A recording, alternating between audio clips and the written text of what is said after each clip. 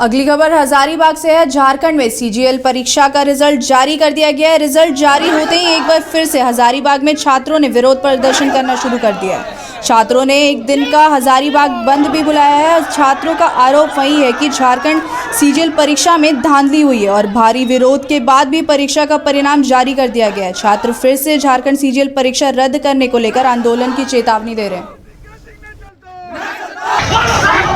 आज हम लोग झारखंड में तमाम प्रतियोगिता परीक्षा में हो रहे धांधली तथा जेसीसी सीजीएल रद्द करने के मांग को लेकर के जो है कि हजारीबाग बंद का आह्वान किया गया है। हम लोग जो है कि सभी व्यक्तियों से हम लोग ये शांतिपूर्वक आह्वान किए हैं कि आप एक दिन के लिए अपने छात्र अपने बच्चों के भविष्य की खातिर आप एक दिन शांतिपूर्वक बंद कर दे। और हम लोग जो है कि हजारीबाग बंद का आह्वान किए। यहाँ छात्र आपको दिख रहे हैं, धीरे धीरे जो है कि छात्रों का हुजूम जो यहाँ गांधी मैदान मटवारी में पहुंचेगा। इसके बाद जो है कि हम लोग लगभग सभी जगह जाकर बंद करने का अपील पहले भी किए थे, अभी भी करेंगे और बंद करने का प्रयास करेंगे। क्या देखी गई? स्पष्ट रूप से अगर देखा जाए तो यहाँ देखिए विशेष रूप से अभी जेसीसी सीजीएल ये खुद साबित कर दिया है कि हाँ प्रश्न पत्र लीक हुआ है। इसीलिए क्योंकि आप ये देख रहे, आप भी जान रहे कि 21 तारीख 22 तारीख दोनों दिन एग्जाम हुआ था और आप जब रिजल्ट देखेंगे तो 21 तारीख में मात्र और मात्र जो है कि 82 रिजल्ट हुआ है और 22 तारीख में जो है 2178 रिजल्ट हुआ है। तो आप हमको बताइए कि 21 तारीख में भी जो है कि 1.5 लाख के आसपास छात्र बैठे थे और 22 तारीख को भी जो है कि 1.5 लाख के आसपास छात्र बैठे थे। तो हमको बताइए कि जो पहला दिन बैठे थे वो सारे के सारे छात्र मूर्ख थे और 22 तारीख के जितने छात्र बैठे थे सब विद्वान थे? नहीं, हम लोग आज से आंदोलन नहीं कर रहे हैं। जितने छात्र जो दिख रहे हैं ये फेल होने के बाद आंदोलन नहीं कर रहे हैं और ये नहीं कह रहे हैं कि हम फेल हुए इसलिए आंदोलन कर रहे हैं। जिस समय ये एग्जाम लिख करके आए, एग्जाम लिख करके आने के तुरंत बाद जो है कि जेसीसी कार्यालय का घेराव हुआ और तुरंत जाकर के बताया गया, प्रमाण दिया गया उनको कि हाँ 22 तारीख का आपका जो है प्रश्न पत्र लीक हो गया है।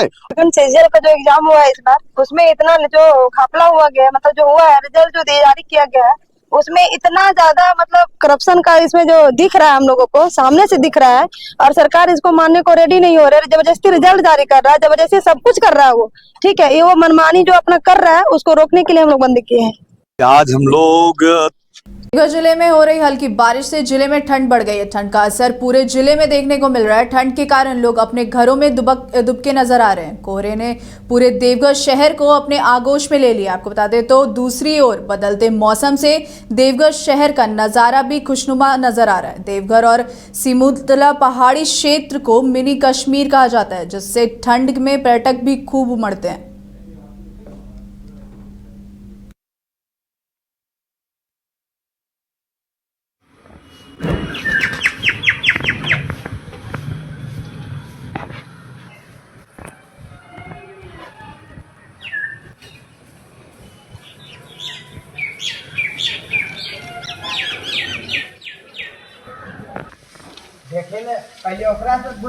बोकारो के पुलिस अधीक्षक मनोज सर्वगियारी ने अपने कार्यालय के सभागार में पुलिस पदाधिकारियों के साथ समीक्षा बैठक की है। बैठक में जिले के सभी थानों के थानाध्यक्ष, पुलिस उपाध्यक्ष मौजूद रहे। वहीं एसपी ने कहा कि बैठक में अपराध की समीक्षा की गई है। जो मामले लंबित है या फिर जो वारंटी फरार चल रहे हैं उन्हें गिरफ्तार करने से तेजी अनुसंधान करने का निर्देश दिया गया है। एसपी ने बताया कि चुनाव के कारण कुछ मामले पेंडिंग है। अपराध को रोकने, संगठित अपराध पर अंकुश लगाने, अपराधियों के गतिविधियों पर नजर रखने, उनके खिलाफ कार्रवाई करने का निर्देश जारी किया गया है।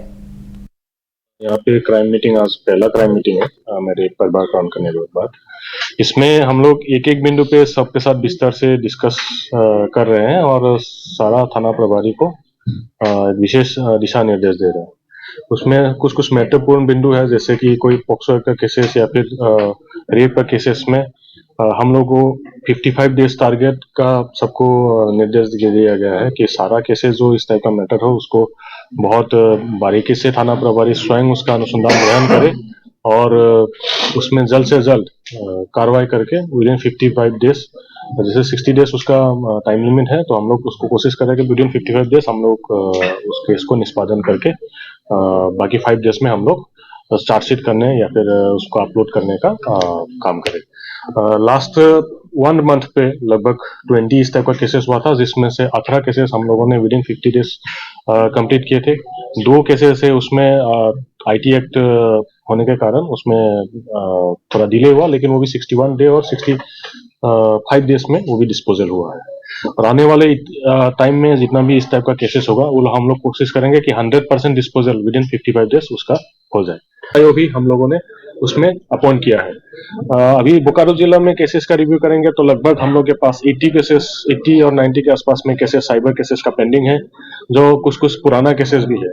और वो केसेस इसलिए पेंडिंग था क्योंकि जो बाहर जिला में जाके सत्यापन करना था वो क्योंकि इलेक्शन था और बहुत सारे कार्य में व्यस्त था तो हो नहीं पा रहा था। अभी सारा इंस्पेक्टर्स 1-2 दिनों में अपना कहाँ सत्यापन होना बाकी है उसका डिटेल्स हम लोग ले लिए हैं और अगले 1-2 दिनों में ऐसा टीम ग्रहण करेगा। जैसे मान लो दिल्ली में जाने के लिए करीब 20 केसेस होगा या पश्चिम बंगाल में जाने के लिए 25 केसेस होगा, उसका हम लोग एक टीम बना के विदिन 2 डेज हम लोग जितना भी बाहर सत्यापन करने वाले जगह है उसमें वो टीम जाएगा और सत्यापन करके केस का जो पेंडिंग एक्शन था उसको बोकारो के सदर अस्पताल में प्रसव के लिए भर्ती कराई गई महिला के सिजेरियन ऑपरेशन में विलंब किए जाने से नवजात शिशु की मौत हो गई। परिजनों ने महिला चिकित्सक पर लापरवाही बरतने का आरोप लगाते हुए हंगामा शुरू कर दिया, जिसके कारण अस्पताल प्रबंधन को पुलिस बुलानी पड़ी। इसकी जानकारी देते हुए सरफराज आलम अंसारी ने बताया कि वे अपनी पत्नी शमा परवीन को डिलीवरी के लिए सदर अस्पताल में 6 दिसंबर को भर्ती करवाया था तथा चिकित्सकों ने 8 दिसंबर को महिला चिकित्सक ने सीजर किया। इसके बाद नवजात शिशु की हालत गंभीर हो गई, जिसे बोकारो जनरल हॉस्पिटल में भर्ती कराया गया, जिससे उसकी मौत हो गई है। मौत के बाद परिजनों ने सदर अस्पताल में पहुंचकर बवाल कर दिया। हंगामा होते देख चिकित्सक तथा कर्मी अस्पताल छोड़ भागने लगे। कुछ क्षण के लिए अस्पताल में अफरा तफरी मच गई, जिसके बाद मौके पर पहुंची पुलिस ने उग्र भीड़ को काफी मशक्कत के बाद काबू कर मामला को शांत करवाया है। यहाँ डॉक्टर ओपीडी में मेरा वाइफ को 3 तारीख को सीजर लिख दिया, लेकिन सीजर लिख दिया उसके बाद हमसे साइन वगैरह सब करवा लिया कि आपका सीजर ही होगा। उसके बाद रेखा मैडम करके कोई है, वो आती है लेबर रूम में लेके जाती है, क्या चेक करती है क्या नहीं करती है, सीधा बोलती है कि हम नॉर्मल ट्राई करेंगे, सीजर नहीं करेंगे। जबकि हमको और मेरे वाइफ को शुरू से मालूम है कि इसको सीजर ही होगा। डॉक्टर भी बोला है, सब बोला है कि सीजर ही होगा, लेकिन रेखा मैम का कहना था कि हम नॉर्मल ही करेंगे। नॉर्मल करेंगे, ठीक है, आप नॉर्मल करेगा बढ़िया बात है, 1 दिन ट्राई कीजिएगा, 2 दिन ट्राई कीजिएगा, 3 तारीख से लेके आप 1 सप्ताह ट्राई कर रहे हैं।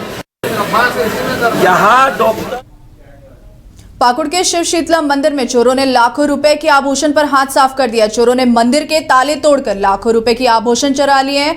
घटना का पता सुबह 6 बजे चला, जब श्रद्धालु पूजा के लिए मंदिर पहुंचे थे। चोरी की जानकारी मिलने के बाद स्थानीय श्रद्धालुओं में आक्रोश देखा गया है। वहीं मंदिर प्रबंधक ने घटना के तुरंत बाद नगर थाना में लिखित शिकायत दर्ज कराई है। सूचना मिलते ही नगर थाना पुलिस मौके पर पहुंचकर घटनास्थल का निरीक्षण किया और जांच शुरू कर दी है। वह मंदिर प्रबंधक ने जल्द कार्रवाई की मांग की है।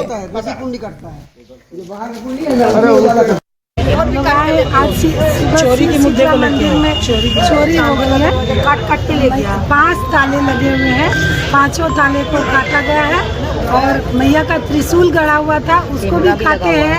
कैमरा भी लगा हुआ, कैमरा हटा दिए हैं और पोशाक सकात गहना छत्र जितना था सभी लेके गए। क्या कुछ मांगे हैं आपके थाना? मांगे यही है कि उसके लिए जल्दी से जल्दी चोरों को पकड़ा जाए, जल्द से जल्द सलाखों के पीछे पहुंचाया जाए, तभी हम लोग को कड़ी से कड़ी सजा दी।